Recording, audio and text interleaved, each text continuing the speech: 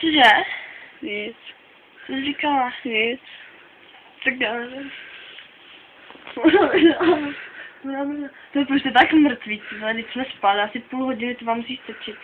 Ona mi dá.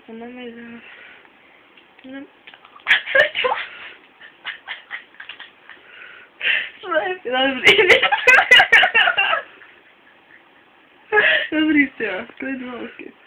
Jdem dál.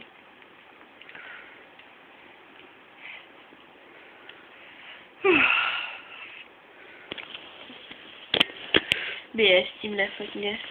Běž mi s tím dozadu.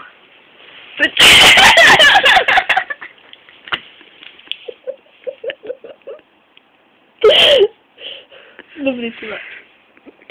Do baru! Vole, to fakt myslím úplně vážně. Víš, že až se naštva ukážu své svaly, že to nebude nic toho příjemného. To nebudu mít svalovou křeč, tyhle ze smaní. Ty já vůbec nevím, tyjo.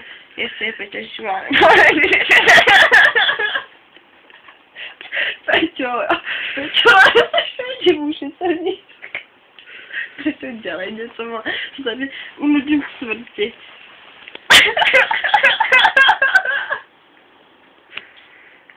Tyhle, holky, mě to úplně jebe. Ještě nepojedu domů, nepojedeme ještě dneska domů. Tak mě to tyjo z Květnova, mě to pojede do její hlavy taky, že jo, ráno. Do školy. To je s Hanzem. Ty vole, kdy už pojedu.